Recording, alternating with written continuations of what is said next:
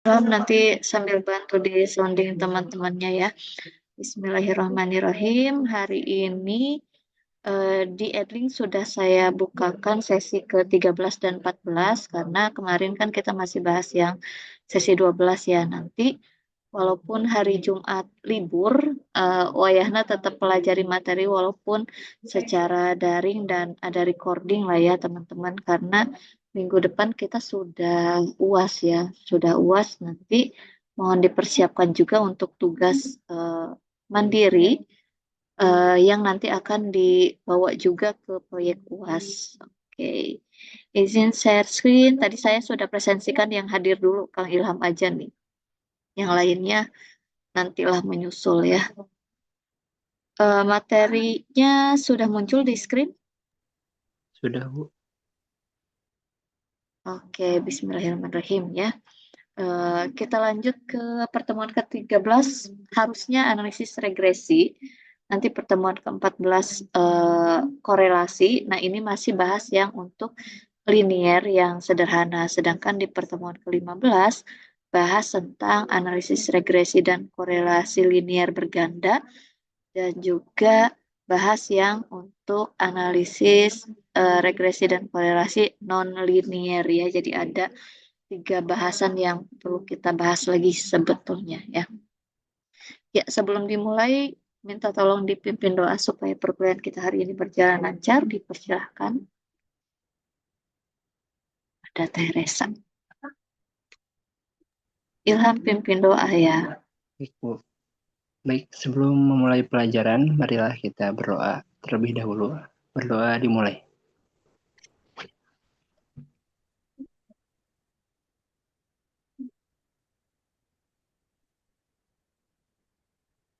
Berdoa selesai. Ya, terima kasih Kang Ilham. Saya presentasikan dulu tadi yang masuk Teresa sama siapa nih? Miss Paul. Oke, Teresa di 13 dan 14. 13 dan 14.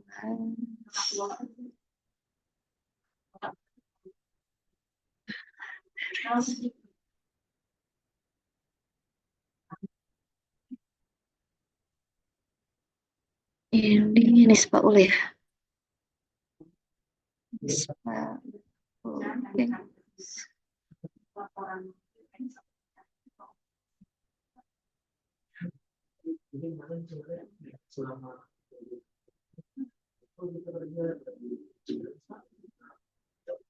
Ya, kita mulai lagi ke materi ya. Semoga dimudahkan ya, insya Allah nanti saya padatkan materinya dan disampaikan ya secara umum garis besar supaya teman-teman lebih mudah memahaminya ya. Nah ini sebetulnya di pertemuan ke-13 kita bahas regresi dan korelasi linier sederhana 13 ya dan 14. Nah ke-15-nya analisis regresi dan korelasi linier berganda tapi digabung dengan regresi yang non-linier ya regresi. Dari ANOVA kita sudah masuk nanti selanjutnya untuk analisis regresi dan korelasi. Jadi setelah kalian menghitung ANOVA-nya, dihitung juga seberapa kuat pengaruh tersebut pakai analisis regresi dan korelasi. Mau linear atau non-linear, mau sederhana atau berganda nanti tergantung korelasinya seberapa besar. Nanti dicari korelasi yang paling besar itu adalah itu adalah jenis yang paling tepat untuk data kalian, bisa linear ataupun non-linear. Oke, kita bahas dulu modelnya ya, analisis regresi. Kita bahas dulu tentang regresi. Setelah regresi nanti ke korelasi. Untuk yang linear sederhana. Oke, ya. Misalkan dari penelitian itu datanya itu ada 2 atau lebih variabel ya. Nah, kita perlu cari untuk mengetahui bagaimana sih hubungan tiap-tiap variabel itu ya, seberapa kuat antar variabel itu saling terikat ya. Jadi analisis regresi itu untuk mengevaluasi dan juga kita punya model, kita ciptakan model hubungan antara satu peubah dengan satu peubah lainnya ya, atau satu peubah dengan beberapa peubah lainnya. Jadi evaluasi kita juga bisa membuat model dari data yang kita peroleh. Model itu untuk apa? Untuk bisa memprediksi ya, untuk bisa memprediksi dalam jangka atau variabel bebas yang belum kita ketahui. Jadi nanti ada dua istilah, ada istilahnya variabel bebas atau biasanya kalau di Sumbu ya, kalau di kalau di grafik, sebentar, kalau di grafik itu ada yang ada X dan Y. Nah, kalau X ini kalau di analisis regresi itu disebutnya adalah variabel bebasnya ya, variabel bebasnya. Sedangkan yang Y itu hasil dari respon dari variabel bebas atau disebutnya variabel terikat atau Y ya. Jadi kalau di grafik kalian ingat aja yang sumbu X itu adalah variabel bebas, bisa kita tentukan variabelnya yang mungkin mempengaruhi penelitian kita. Kalau Y adalah variabel respon dari variabel bebas yang kita tetapkan. Jadi ingat ada dua ya. Oke, ada istilah variabel bebas atau dan juga variabel tidak bebas ya, terikat atau tidak terikat. Nah, kalau variabel bebas itu sering juga disebutnya variabel prediktor atau penjelas ya, atau variabel pregresi. Nah, ini yang kita tetapkan dulu. Kita boleh menetapkan kira-kira variabel yang berpengaruh terhadap eh, nilai mahasiswa itu apa sih? Misalnya, eh, kemungkinan adalah kehadiran. Nah, itu termasuk variabel bebas ya. Jadi kita bisa tentukan faktor apa yang mungkin mempengaruhi apa yang kita ingin tahu. Ini, sedangkan responnya itu adalah variabel yang terikatnya, ya. Atau yang variabel base itu di variabel yang mempengaruhi, kata kuncinya itu ya. X itu variabel bebas atau variabel yang mempengaruhi, sedangkan yang Y itu variabel yang terikat atau yang tidak bebas disebutnya variabel respon ya. Yang tadi Y ini ya, yang di atas X dan Y. Atau variabel yang nilainya dipengaruhi oleh variabel bebas ya. Ini kata kunci yang bisa teman-teman pegang. Pembeda antara variabel X dan variabel Y.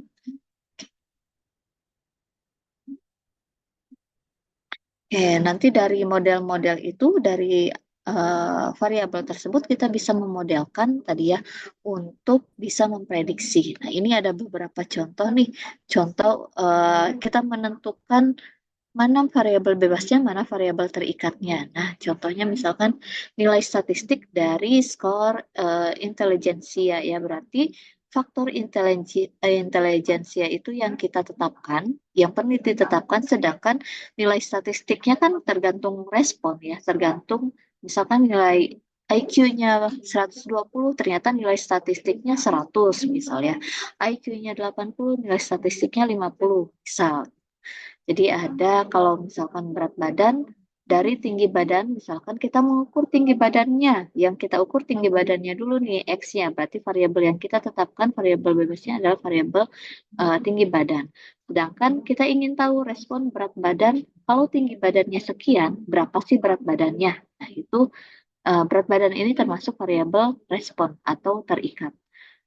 Contohnya lagi, misalkan tinggi tanaman dari dosis pupuk. Berarti kita mengatur ada beberapa opsi atau perlakuan dosis pupuk.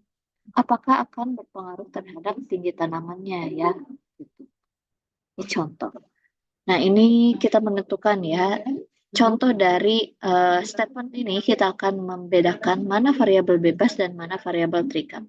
Jadi jangan jangan terkecoh yang di depan itu pasti variabel bebas, enggak ya. Kalimat di belakang itu pasti variabel respon, tidak. Contohnya yang ini. Hasil produksi padi. Kalau hasil ya, kalau hasil itu berarti kan respon. Berarti dia termasuk variabel terikat ya atau Y.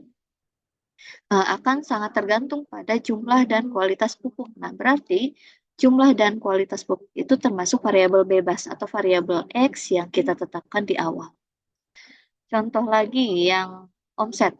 Hasil omset penjualan namanya juga hasil atau omset, berarti dia adalah variabel respon ya atau variabel terikatnya.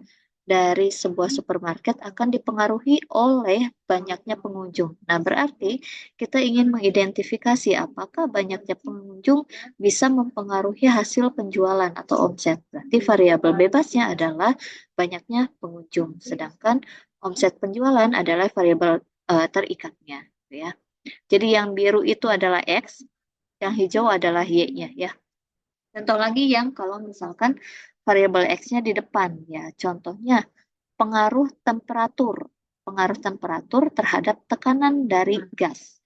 Berarti temperatur itu termasuk variabel bebas dan yang dipengaruhinya adalah tekanan. Ya, variabel responnya adalah tekanan dari gas tersebut. Atau apa? Pengaruh efektivitas organisasi terhadap mekanisme proses pendistribusian beras bagi masyarakat. Ya. Jadi kalian harus bisa, harapannya setelah kuliah ini bisa menentukan mana variabel bebas dan mana variabel terikat. Ya, oke, modelnya. Ya.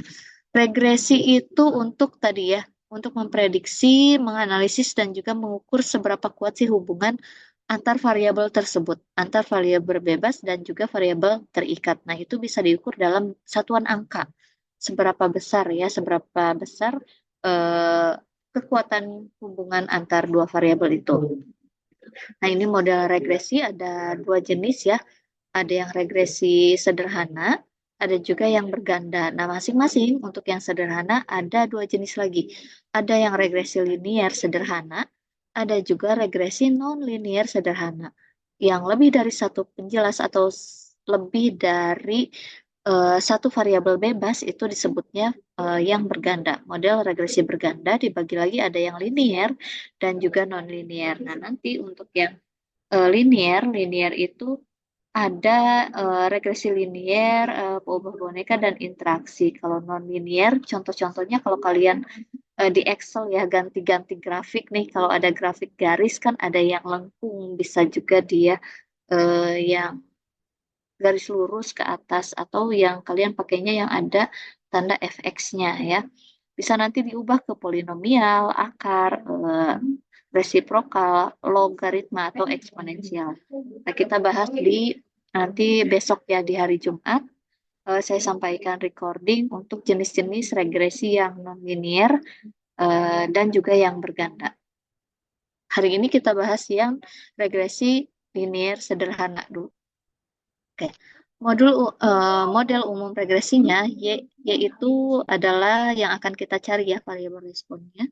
Ya sama dengan B0 plus B1 dikali X1, beta 2 kali X2, seterusnya tergantung ada berapa sih variabel bebasnya ya, tergantung ada berapa variabel bebasnya.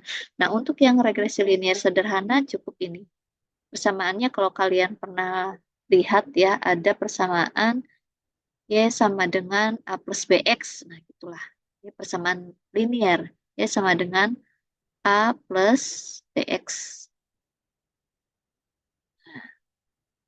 Ya, seperti ini persamaan umumnya. Nanti kita akan mencari nilai A-nya berapa, B-nya berapa ya, X-nya bisa kita ubah karena variabel bebas yang kita tentukan ya untuk memprediksi. Jadi bisa diubah-ubah X-nya. Nah, kita akan mencari nilai A dan juga nilai B. Kalau Y ya tergantung nilai A dan juga tergantung nilai B dan tergantung nilai X gitu ya. Ini persamaan umumnya untuk regresi linear sederhana. Sedangkan kalau berganda ada lebih dari satu variabel bebasnya. Bedanya itu aja, linear dan berganda. Sederhana dan berganda, sorry. Nah, untuk model umum dan tahapan analisisnya ya, jadi ini adalah persamaan umumnya ya. Eh, itu adalah sisaan atau galat peubah acaknya. Kalau di grafik nanti ada ya E-nya berapa. Nah, Y itu peubah terikat ya, atau variabel terikat atau variabel tidak bebas. Kalau X itu adalah variabel bebasnya ya, variabel bebasnya. Sedang oke, B0 dan B1 ya parameter regresinya ya. Nah, untuk langkah-langkahnya ada berapa nih? Ya, untuk langkah-langkahnya kita harus buat tabel bantu dulu untuk memudahkan, lalu menghitung persamaan regresi linear, dugaannya menggunakan metode kuadrat terkecil ya. Kita menghitung nilai B1-nya dan juga nilai B0-nya, lalu bisa menghitung nilai Y prediksi tergantung nilai X-nya nanti kita bisa ubah-ubah nanti ya. Setelah itu membuat diagram bencana. Dari model yang sudah kita peroleh, yang ini Y sama dengan B0 plus BIX ya, kalau persamaan umumnya. Beta 0 ditambah beta 1 X plus beta 1 X plus errornya berapa nih? Sisaan galatnya ya. Nah, dari sini kita bisa menguji model regresi linear dugaannya ya, pakai uji hipotesis, pakainya uji T ya, uji T untuk yang parsial. Jadi masing-masing B0 dan B1 kita uji pakai uji T. Ada juga uji secara bersama-sama atau pakainya uji F atau ANOVA lagi ya, kita pakai ANOVA lagi. Lalu menilai kesesuaian model regresi linear dugaan ya, pakai koefisien determinasi. Ya, nanti diperoleh nilai R kuadratnya berapa. Oke, untuk yang persamaannya, ini untuk rumus ya, rumus menghitung B0, ya, Y bar ya, rata-rata Y dikurangi B1 dikalikan rata-rata X ya. Menghitung B1-nya atau penduga dari beta 1-nya pakai yang ini. Nah, nanti kita dari tabel bantu akan diperoleh nih X dikali Y-nya berapa ya, terus Y barnya berapa, terus apa lagi nih, X-nya berapa ya, N-nya berapa. Nanti akan diperoleh seperti ini. Tapi untuk persamaannya rumusnya pakai yang untuk menentukan nilai B1. B1 tuh yang mana yang ini? Sedangkan B0 itu pakai persamaan yang di atas. Oke, untuk yang tadi B0 atau A ya, A itu dinamakannya intercept. Intercept itu titik perpotongan garis dengan sumbu Y ya. Atau dalam interpretasi itu A itu adalah nilai konstan dari Y. Kalau X-nya 0, berapa sih nilai konstannya ya dari nilai Y-nya gitu. Kalau X-nya 0 itu bisa aja, belum tentu kalau X-nya 0, Y-nya juga 0. Bisa juga startnya kalau X-nya 0 ternyata malah responnya suhunya misalkan malah lebih misalkan pengaruh suhu ya, pengaruh suhu terhadap lama penyimpanan. Kalau suhunya 0 di buah-buahan misalkan akan lebih lama gitu. Jadi suhu 0 atau nilai 0 itu bukan berarti nilai Y-nya 0. Bisa saja ternyata untuk 0 malah 30 hari penyimpanannya gitu ya. Jadi start awalnya berapa? Itu disebutnya intercept atau nilai A. Sedangkan yang B itu slope-nya. Slope itu mengukur kemiringan dari garis regresi. Seberapa miring ini? Misalkan kita punya grafik ini ya, X dan Y. Nah, untuk yang X-nya 0, misalkan nilai Y awalnya berapa gitu. Misalnya awal Y-nya di sini. Ini untuk X-nya 0 ya. Nah, di sini seberapa miring garis regresi kita disebutnya dengan slope atau nilai B ini. Ditentukan dari seberapa besar nilai B ini. Bisa saja menaik, nanti bisa saja menurun, ya bisa saja landainya ke sini, nah tergantung nilai B-nya. Gitu ya. Oke, kalau B-nya positif berarti hubungannya searah. Jika variabel X-nya bertambah besar, atau kalau nilai B-nya positif itu semakin besar nilai X, maka semakin besar juga nilai Y. Ya, ada juga nilai B-nya negatif. Ya, kalau negatif ya, artinya semakin besar variabel X ya, variabel Y-nya malah semakin menurun. Nah, itu kalau nilai B-nya negatif. Jadi nilai B itu bisa positif, bisa juga negatif. Kalau nilai B-nya positif, berarti dia seperti ini. Sedangkan kalau nilai B-nya negatif, berarti dia menurun ya. Grafiknya menurun, seperti itu. Oke, jadi kalau nilai B kalian negatif, ya jangan pusing dulu, berarti dia termasuk yang hubungan berlawanan arah ya. Tidak selalu yang makin besar nilai X-nya itu, variabel responnya juga akan semakin besar. Ya. Oke, atau kalau interpretasinya seperti ini, setiap kenaikan 1 unit dari X, dari nilai X, maka nilai Y akan bertambah atau berkurang sebesar B, ya, tergantung nilai B-nya berapa. Oke. Lalu kita membuat diagram pencar. Diagram pencar ini seperti ini. Nah, harusnya misalkan kita datanya linear ya. Kalau linear berarti harus garis lurus. Sedangkan data kita ada di yang titik-titik hitam ini.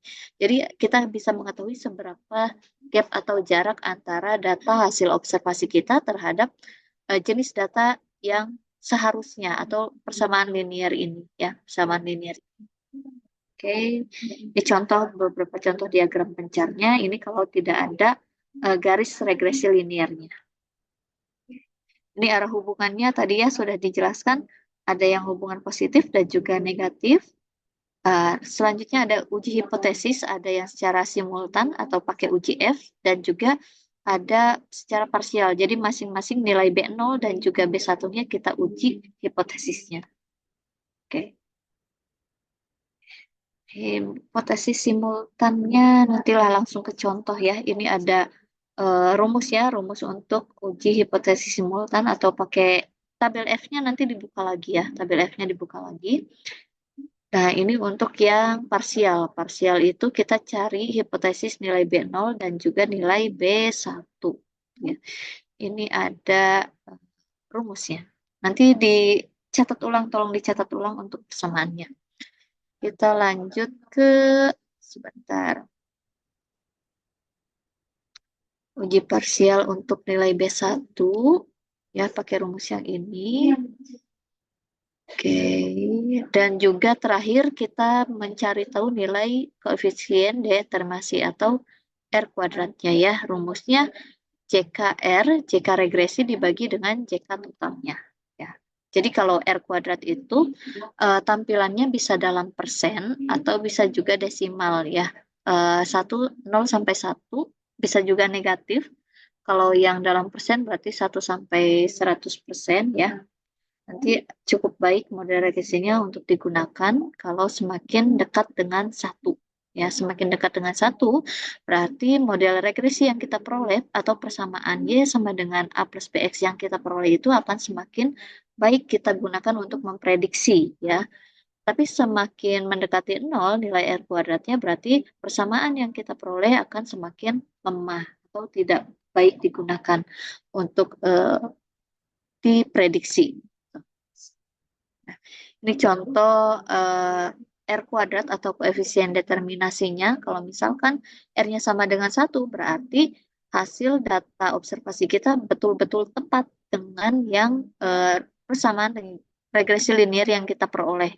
Sedangkan kalau R kuadratnya 0, berarti ya lurus ya, lurus dia. Tidak ada sama sekali yang tepat dalam satu prediksi ini atau persamaan yang kita gunakan itu tidak baik digunakan untuk memprediksi eh, variabel bebas selanjutnya.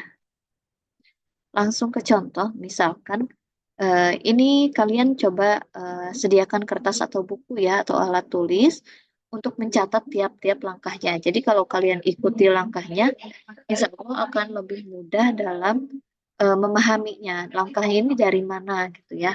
Nah, contohnya sebuah penelitian ingin menguji apakah ya, suhu itu termasuk variabel X atau variabel bebas. Bisa mempengaruhi banyaknya kadar gula misalnya ya, kadar gula yang terbentuk. Kalau mempengaruhi berarti dia suhu ini adalah variabel bebas. Yang dipengaruhi apa? Yang dipengaruhi adalah banyaknya gula. Berarti itu adalah variabel yang tidak bebas atau variabel variabel tidak bebasnya ya, variabel terikat Y, variabel Y. Nah, kita peroleh kalau X-nya suhunya misalkan 1 derajat Celcius ya, gula yang terbentuk adalah 7,1. Kalau X-nya 1,1, gula yang terbentuk 7,8. Seterusnya ya, suhunya sampai ke 2,0, kadar gulanya 10. Kalau dilihat dari tabel aja, eh, kita bisa masih bingung apakah ini data yang menaik atau yang menurun gitu ya. Nah, kita buatkan diagram pencarnya dulu ya. Misalkan suhunya ini untuk X karena kenapa suhu yang di horizontal karena suhu itu termasuk yang variabel bebas ya. Jadi kita tuliskan yang X-nya nilai X-nya di sini Terus Y-nya, variabel terikatnya kita tuliskan untuk kadar gulanya, ya. Sertakan juga satuannya di sini. Jadi kalau di diagram pencar akan seperti ini, ya. Diagram pencar data yang kita peroleh. Oke. Setelah itu membuat tabel bantu, ya, untuk memudahkan menentukan nilai B0 dan B1-nya, ya. Jadi di sini kalian tuliskan X-nya berapa saja, nilai Y-nya berapa, ya, dari hasil observasi tadi. Terus ada juga, nah nanti untuk nilai X masing-masing kita jumlahkan ya. Nilai Y juga dijumlahkan. Oke, terus ada kolom bantu untuk X dikali Y ya. X dikali Y ini ya udah tinggal yang ini dikalikan dengan ini. Lalu kita jumlahkan lagi di bawah. Kita kuadratkan untuk nilai X yang ini ya. Berarti 1 dikuadratkan. Seterusnya sampai ke bawah. Lalu juga dijumlahkan. Yang Y juga sama, yaitu dikuadratkan ya. Y kuadrat ini berarti dikuadratkan, baru nanti dijumlahkan ya. 861,1 kalau di sini contohnya ini. Nah, nanti kita akan menghitung nilai B1-nya dan juga nilai B0-nya pakai persamaan ini. Pakai rumus itu. Oke, menghitung B1 dulu nih. B1 itu rumusnya sigma X dikali Y, berarti yang ini ya. 147,9, 0,89 sama lah. Dikurangi, kalikan sigma X yang ini, dikalikan dengan sigma Y, yang ini ya, yang atas nih. Dibagikan dengan nilai N. N itu ada berapa? Ada berapa nilai X-nya ya? N-nya ada 11. Sini dibagi dengan sigma X kuadrat. Sigma X kuadrat berarti yang ini ya, 25,9 atau 25,85 dikurangi dengan sigma X berarti yang ini dikuadratkan. Ya. Baru dibagi dengan N. Hasilnya B1-nya 2,309. Ya, kita sudah peroleh B1, lalu hitung yang B0-nya. Nah, B0 itu adalah Y bar ya, dikurangi dengan B1 dikali dengan X bar-nya. Nah, untuk rata-rata Y ya tinggal bagi aja lah. Sigma Y dibagi dengan 11 ya. Dikurangi dengan B1-nya berapa tadi kita sudah hitung yang ini ya. B1 dikalikan rata-rata X. Berarti yang ini 16,5 dibagi 11. Gitu. Ini untuk nilai B0. Nah, jadi kita sudah peroleh persamaan regresinya. Model regresinya adalah seperti ini. Jadi kita masukkan ke persamaan ini. Nilai B0-nya berapa? B0-nya ternyata 5,345. Ditambah, kenapa ini ditambah? Jadi ini tuh sebetulnya bisa plus minus ya, tergantung nilai B1-nya. Karena di sini nilai B1-nya positif, berarti persamaannya di sini positif ya. Berarti 5,345 ditambah nilai B1-nya berapa? 2,309 dikali X-nya. Nah, X ini yang bisa kita gunakan, bisa kita ganti-ganti X-nya. Misalkan kalau di sini kan X-nya maksimal 2,0 ya. Gimana kalau nilai X-nya 10? Nah, nah, itu bisa kita hitung, tinggal ganti aja. Berarti 5,345 tambah 2,303, 3,09 dikalikan 10. Ya, jadi X-nya kita bisa pakai prediksi. Bisa ganti-ganti nilai X-nya ya. Kalian sampai ke memperoleh persamaan ini. Tuh, untuk regresi linier sederhananya. Ya. Oke, next. Nah, ini yang saya maksud bisa menghitung nilai prediksi atau garis liniernya ya. Misalkan kita pakai X yang ada aja dulu deh, X yang ada. Terus ini Y hasil observasi kita nih. Sedangkan Y hasil dari persamaan liniernya yang ini ya, persamaan linier ini. Kalau X-nya kita ganti 1, X-nya kita ganti 1 nih ya, ternyata hasilnya 7,7. Oh, ada perbedaan sedikit nih dari 7,1 ke 7,7. Kalau X-nya kita ganti 1,1, ternyata hasilnya 7,9. Gak beda jauh ya dari hasil observasi kita. Nah, inilah eh, nilai Y yang dari persamaan regresi linier ini. Jadi nanti nilai X-nya kita bisa ubah-ubah, terserah kita mau berapa ya. Nah, jadi ini hasil substitusi dengan nilai X untuk memperoleh nilai Y prediksi ini. Ini rumusnya ya yang sebelah kiri. Oke, setelah itu Kalau di Excel pasti kalau kalian klik yang FX ada di diagram garis ya, ada yang tulisan FX-nya. Nah, itu bisa langsung ketemu persamaan ininya, persamaan regresinya, persamaan regresi linearnya. Dan juga bisa kita atur untuk ditampilkan garis linearnya. Nah, kalau dari data yang tadi kita hitung akan seperti ini diagram pencarnya ya. Ada garis linier itu persamaan ini yang kita peroleh ya menaik. Kenapa menaik? Karena nilai B satunya positif. Ya, artinya semakin besar nilai X, maka jumlah gula yang terbentuk akan semakin besar juga gitu ya, karena dia hubungannya positif. Tuh. Oke, atau kalau tadi kita lihat intercept-nya ya, intercept dan juga slope-nya ya. Jika pada suhu 0 derajat Celcius, maka banyaknya gula yang terbentuk adalah nilai ini, intercept-nya ya, 5,345 atau nilai A-nya ini. Sedangkan setiap kenaikan 1 derajat Celcius, maka gula yang terbentuk naik sebesar berapa? Nilai B satunya sebesar 2,309. Kenapa naik? Karena nilai B-nya, B1-nya ya, nilai B-nya positif. Kalau misalkan nilai B-nya negatif, berarti setiap kenaikan gula 1 derajat Celcius, maka gula yang terbentuk akan turun. Jadi disesuaikan apakah dia hubungan positif atau hubungan yang negatif. Oke, ini untuk uji hipotesisnya. Ada uji hipotesis simultan atau bersama ya pakai uji F ya. Sama kita juga masih membutuhkan tabel bantu ini untuk kita masukkan ke persamaan mencari nilai SXX dan juga nilai SYY ya. Persamaannya berarti di sini kita peroleh ya untuk nilai X kuadratnya yang 25, ini 25,9 dikurangi dengan yang sigma X dikuadratkan dibagi N. Nah ini ya sigma X dikuadratkan bagi N berarti yang 16,5 dikuadratkan dibagi dengan N-nya ya. Diperoleh SXX-nya 1,1. Untuk yang SYY-nya juga sama ya. Berarti nilai Y kuadrat yang ini ya.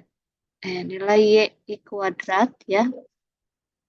Nilai Y kuadrat yang ini 861,1 dikurangi sigma Y dikuadratkan bagi N. Berarti dikurangi ini dikuadratkan dibagi N. Hasilnya 7,5 ya.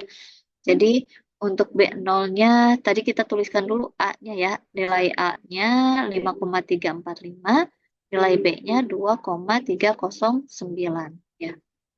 Nah, baru kita uji ANOVA-nya untuk simultan bersama.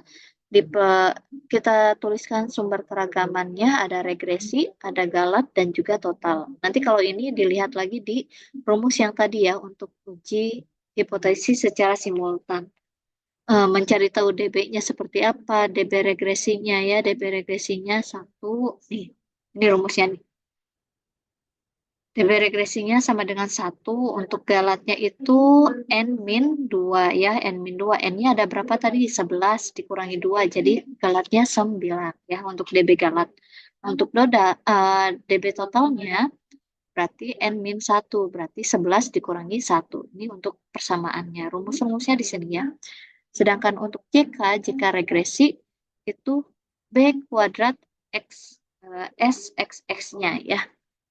Berarti B kuadratnya berapa nih? Nilai B kuadratnya terus dikalikan dengan nilai SXX-nya. Kalau dihitung nanti hasilnya 5,9 ya. Untuk yang JK galat juga sama. Berarti ini SYY ya. SYY tadi kita sudah peroleh yang ini 7,5 nih, 7,5 dikurangi B kuadrat berarti ini dikuadratkan ya, ini dikuadratkan dikali dengan SXX dikalikan dengan yang 1,1. Maka diperoleh 1,6. Sedangkan untuk JK totalnya ternyata SYY-nya saja berarti 7,5. Jadi hasil perhitungan ini kita gunakan untuk membuat tabel ANOVA ya, membuat tabel ANOVA. Untuk kuadrat tengah untuk yang regresi berarti JK yang regresi dibagi dengan JK yang galatnya ya. JK yang regresi dibagi dengan DB regresinya ya. JK dibagi, sebentar, saya ganti warna deh atau hapus dulu deh biar gampang ya. Oke, untuk KT-nya kenapa ini bisa diperoleh 5,9? Ini adalah JK regresi dibagi dengan DB regresi. Sedangkan untuk yang kuadrat tengah galat, berarti yang JK galat dibagi dengan DB galatnya ya. Baru kita cari F hitungnya. F hitungnya ya ini, KT regresi dibagi dengan KT galat ya, diperoleh 31,7. Nah, kita cari di tabel F untuk alfanya misalkan 0,05 ya, atau 5% nih, alfanya 5%. Terus tadi DB regresinya berapa? Ya, DB regresinya 1. Terus DB galatnya 9. Berarti yang satu, yang ke bawahnya kalian cari 9 ya. Hasilnya 5,12. Nah, kita bandingkan antara F hitung ini dengan F tabel. Ternyata F hitungnya lebih besar daripada F tabel ya. Artinya secara simultan itu akan mempengaruhi atau tolak H0 ya, tolak H0 ya. Maka H0 ditolak artinya persamaan regresi tersebut ada interceptnya atau ada slope-nya atau kedua-duanya. Nah, kalau yang parsial berarti kita uji hipotesis masing-masing nilai B0 dan B1. Nah, pakainya uji T, berarti tabel T-nya dipakai lagi ya. Untuk T itu nilai A-nya interceptnya tadi ya 5,345 dibagi dengan KT galat. KT galatnya tadi berapa? KT galatnya 0,2. Nah, yang ini ya, KT galat.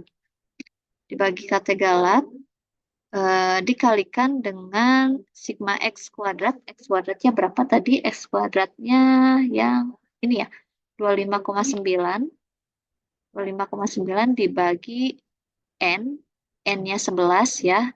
Dan dikalikan dengan SXX. SXX-nya 1,1. Jadi nilai T-nya 8,5. Bandingkan dengan nilai T alfa per 2, DB galat. DB galatnya 9 ya. DB galatnya 9. Berarti cari di T 0,025, DB-nya 9. Diperoleh 2,26 sekian ya. Karena T hitung lebih besar ya daripada T tabel, maka tolak H0. Artinya persamaan regresi tersebut mengandung satu nilai intercept tertentu. Ya. Sekarang kita uji slope-nya atau nilai B1-nya ya, kemiringannya ya. Pakai nilai tabel T juga, tapi yang diuji adalah nilai B-nya.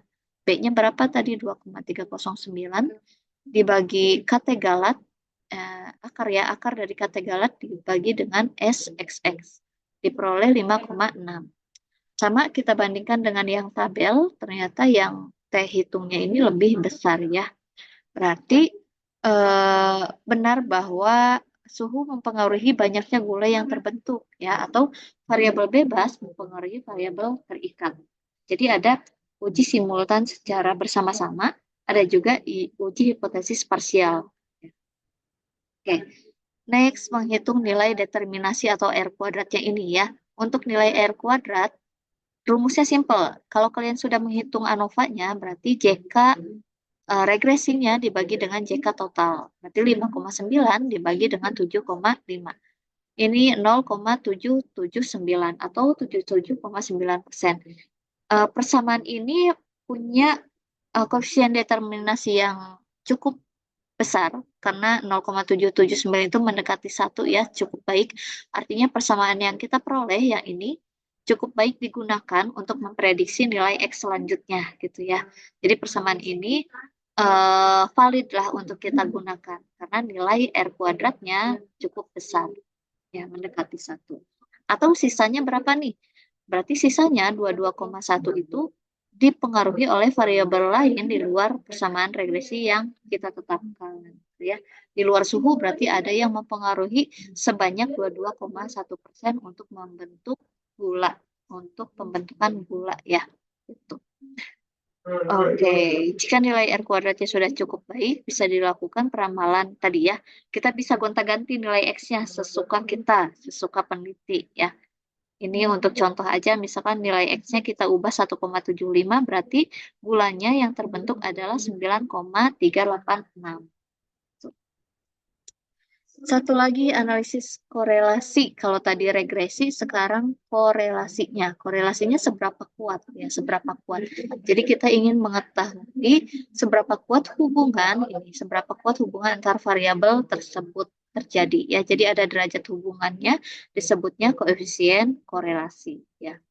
Atau disimbolkannya dengan R. Kalau tadi determinasi R kuadrat, nah kalau ini ada korelasi itu, R kuadrat itu determinasi ya, jangan tertukar. Nah kalau yang korelasi itu hanya nilai R saja, ya disimbolkannya dengan R. Kalau yang korelasi ada rentangnya itu dari -1 sampai dengan +1. Jadi semakin tinggi ya akan semakin kuat juga hubungan linearitas dan arah hubungan dua variabel acaknya ya. Jika koefisien korelasinya positif, maka punya hubungan yang searah. Artinya, kalau nilai variabel X-nya tinggi, maka variabel Y-nya akan tinggi juga. Tapi kalau yang korelasinya negatif, maka dia variabel hubungannya terbalik. Semakin tinggi nilai X-nya, maka Y-nya akan semakin rendah. Tuh. Ya. Oke, perbedaannya dengan regresi apa ya? Kenapa harus hitung lagi korelasi ya? Jadi ada dua variabel di analisis korelasi tidak membedakan ya. Di analisis korelasi itu kita tidak membedakan mana variabel bebas, mana variabel terikat. Jadi seberapa kuat saja hubungan tiap variabelnya. Nah, pada korelasi juga kita tidak bisa meramalkan nilai sebagaimana di regresi. Kalau regresi kan kita peroleh persamaan, baru kita ukur seberapa bagus persamaan tersebut kita gunakan. Tapi kalau di regresi, kalau di korelasi itu kita tidak bisa meramalkan, tapi kita bisa mengetahui seberapa kuat hubungan antar variabelnya, gitu ya. Nah, menurut Sarwono 2006, ini ada eh, pengelompokan korelasinya. Dari -1 itu berarti korelasi linear sempurna negatif. Berarti semakin tinggi nilai X, semakin rendah nilai Y, ya sempurna negatif. Nah, kalau 0 berarti tidak ada korelasi antar dua variabel. Kalau lebih 0 ya, antara 0 sampai 0,25 berarti korelasinya sangat lemah. Kalau 0,25 sampai 0,5 cukup. Terus ada juga yang korelasinya kuat, ada korelasinya sangat kuat, ada juga nilai 1. Nilai 1 itu korelasi sempurna positif. Artinya semakin tinggi nilai X-nya, maka nilai Y-nya juga akan semakin tinggi atau naik. Oke, untuk rumusnya koefisien korelasi ya. SXY dibagi dengan akar SXX dikali dengan XYY ya. Di mana ini untuk rumus yang SXY-nya dan ini untuk rumus yang XYY ya. Ya, kita coba satu persatu nih. Untuk korelasi juga ada uji hipotesisnya ya, pakainya nilai Z. Nanti kita langsung ke contoh aja. Oke, contoh yang tadi kita lanjutkan ke korelasi ya. Contoh yang tadi kita lanjutkan ke korelasi. Seperti biasa kita buatkan tabel bantunya ya. Tabel bantunya seperti ini. Lalu kita hitung koefisien korelasinya. Nah, kita masing-masing hitung dulu untuk S, X-nya berapa tadi rumusnya ya. Berarti XI dikali YI ya. XI dikali YI berarti yang ini 147,9 dikurangi nilai sigma XI-nya, berarti yang ini, dikalikan dengan sigma Y. Sigma Y-nya yang ini dibagi dengan nilai N. Ya, diperoleh sebesar 2,54 untuk S, XX. Untuk XY, sorry. Untuk yang SXX rumusnya ini ya, kita tinggal masukkan dari tabel bantu yang kita peroleh, diperoleh nilainya 1,1. SYY juga 7,5. Masih sama dengan yang tadi ya. Yang tadi kita peroleh untuk ANOVA di regresi, eh, analisis regresi maksudnya. Oke. Setelah diperoleh baru kita masukkan ke persamaan ini. Ternyata diperoleh nilainya itu 0,883. Nah, kita lihat ke klasifikasi seberapa kuat hubungannya ya. 0,883 itu berada di rentang ini. Berarti tadi korelasinya sangat kuat antara variabel X dengan variabel Y ya. Pada rentang sini berarti sangat kuat, termasuk korelasi yang sangat kuat. Lalu ada uji hipotesis korelasinya. Kita uji hipotesisnya pakai nilai Z ya. Tabel Z-nya dibuka lagi. Nah, ini pakai len ya, pakai kalkulator juga bisa nanti teman-teman. Ini akar N, berarti 11 dikurangi 3 dibagi 2, terus len dari 1 plus R ya, nilai R-nya berapa? Tadi 0,883 dibagi 1 min 0,883 ya, hasilnya nilai Z-nya 3,929. Ini untuk Z hitung. Nah, kita bandingkan dengan nilai Z tabel. Untuk alfa per 2, secara umum pakai alfa yang 5% aja. Jadi cari di nilai Z-nya yang 0,0025. Kita bandingkan, ternyata nilai Z hitungnya lebih besar dari Z tabel ya. Artinya H0-nya ditolak. Berarti ada korelasi positif yang sangat kuat ya, sangat kuat. Kenapa sangat kuat? Karena tadi nilai R-nya itu besar juga, termasuk yang sangat kuat ya. Disesuaikan apakah nanti masuk ke rentang yang lemah atau cukup kuat ya, disesuaikan statementnya dengan hasil yang diperoleh. Alhamdulillah selesai teman-teman. Ini untuk yang pertemuan ke-13 dan 14. Nanti untuk pertemuan 15, wayahna saya besok ya, besok karena libur, saya lampirkan video aja ya. Saya lampirkan video pembahasan. Nanti teman-teman mohon disimak dan seperti biasa untuk presensi nanti di list siapa saja dan kapan mengakses materi tersebut. Nanti mohon bantuannya untuk di list ya oleh kalian. Oke, ini saya reminder untuk tugas mandiri di pertemuan 14 ya. Nanti tolong dikumpulkan di pertemuan 14. Ini untuk tugasnya. Kalian cari, misalkan tadi harapannya nanti akan kalian hitung sampai ke korelasi, regresi dan korelasi. Jadi pastikan kalian dapat judul yang oke untuk yang ANOVA dan juga ada seolah-olah kalian sudah observasi lah, seolah-olah kalian sudah penelitian. Nah, nanti kalau di prakteknya nanti praktikum dengan Teh Risma dan Teh Citra ya, nanti akan penelitian langsung. Kalau di sini seolah-olah kalian sudah penelitian aja ya. Oke, nanti di UAS akan lanjut sampai ke perhitungan regresi dan korelasi. Jadi kalau dari sekarang kalian sudah menghitung, nanti pas di UAS akan lebih mudah lagi ya, waktunya akan lebih singkat. Jadi harapannya mulai dikerjakan dari sekarang ya teman-teman, supaya nanti ketika minggu UAS hari Kamis minggu depan berarti ya, kalian bisa fokus juga ke UAS yang lain gitu. Jadi dicicil dari sekarang. Oke, terakhir sebelum penutup ya, reminder untuk kita semua, sesulit apapun pelajaran, jangan pernah kalian ragukan potensi diri sendiri ya. Jadi kalau misalkan terasa sulit ya, cobalah ada usaha untuk bagaimana sih saya bisa paham, bagaimana sih saya bisa mengerti ya. Dan itu sebetulnya bukan jadi batasan untuk kalian ragu terhadap kemampuan kalian. Saya anggap semua startnya sama, cuma yang bedakan ya antara mau dan tidak mau itu aja ya. Sebelum ditutup ada yang ingin didiskusikan, dipersilahkan. Ada Dani, ada Agung, ada Kang Giri. Sebentar. Saya sambil presensi, kalau ada yang ditanyakan silahkan ya. Ada Dani, ada Agung, ada Kang Giri. Giri, Dani. Daniel bekerja ya. Udah disimpan aja dulu. Bisa dipahami teman-teman? Atau nanti bisa dipelajari ulang ya. Tidak membatasi kalian harus langsung paham di sini, tapi harapan saya kalian masih mau berusaha memahaminya gitu aja. Oke? Atau bahan Agung.